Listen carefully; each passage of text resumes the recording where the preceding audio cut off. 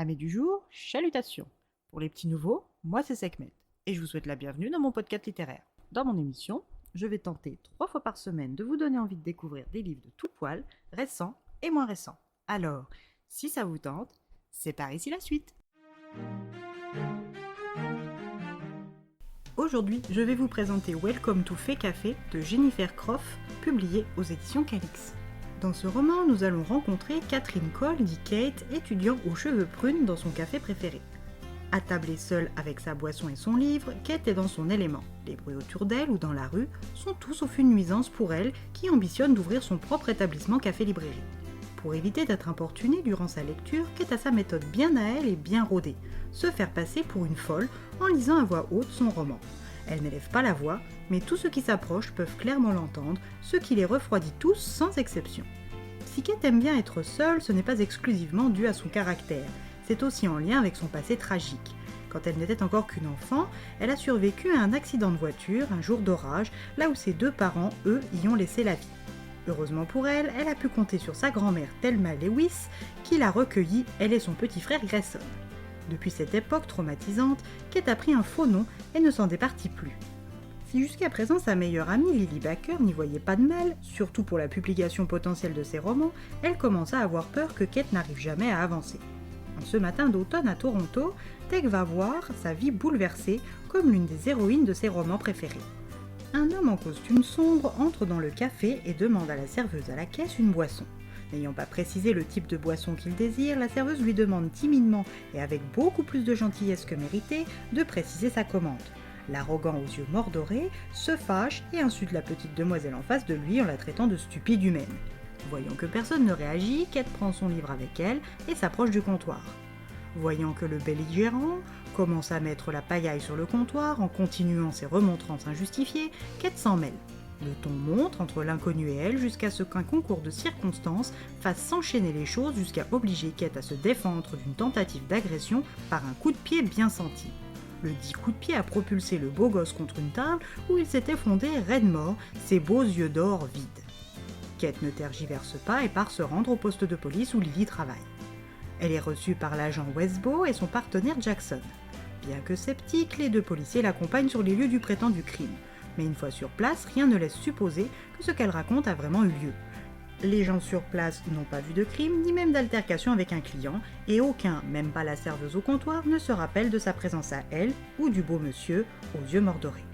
Kate regarde autour d'elle, plus de café au sol, plus de corps, mais son téléphone l'attend à la table qu'elle occupait et son livre est encore taché de café. Elle n'a donc pas halluciné, ni confondu la fiction avec la réalité. Elle n'est pas aussi folle qu'elle veut bien le faire croire, du moins pas encore.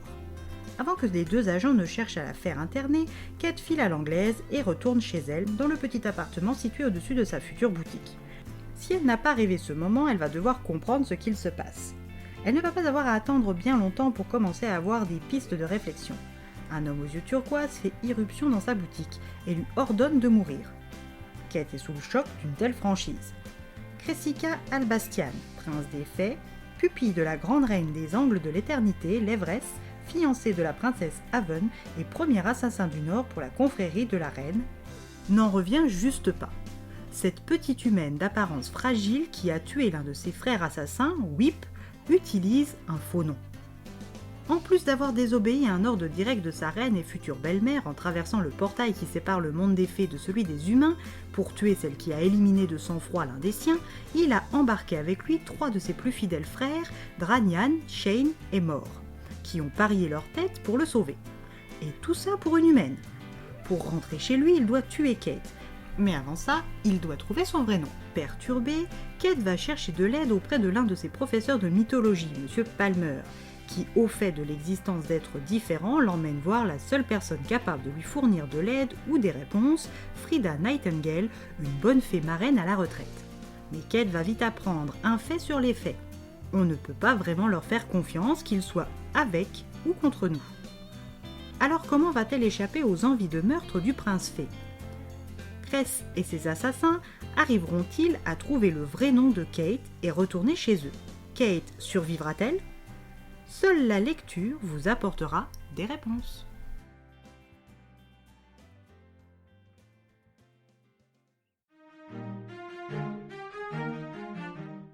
Une romantésie enemies to lovers classique. Un prince fée aux yeux turquoise qui déteste les humains, grumpy à souhait, et une humaine aux cheveux prunes qui découvre l'existence des fées et qui cache de nombreuses blessures.